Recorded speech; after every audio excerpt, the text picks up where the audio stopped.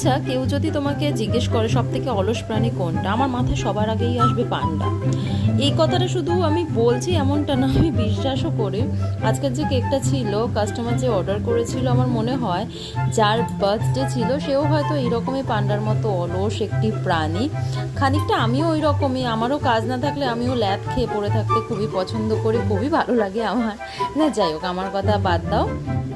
এইখানে আমি ফন্ডেন্ট দিয়ে তো পান্ডাগুলোকে বানিয়েছিলাম, আর তার সাথে কিছু পাতাও বানিয়ে দিয়েছিলাম। আর হ্যাঁ, আরও একটা জিনিস বানিয়েছিলাম, যেটা তোমরা দেখতে পাচ্ছ ভিডিওতে, এবং আমার মনে হয় একাধিকবার অনেকে তার জীবনেই খেয়েছে।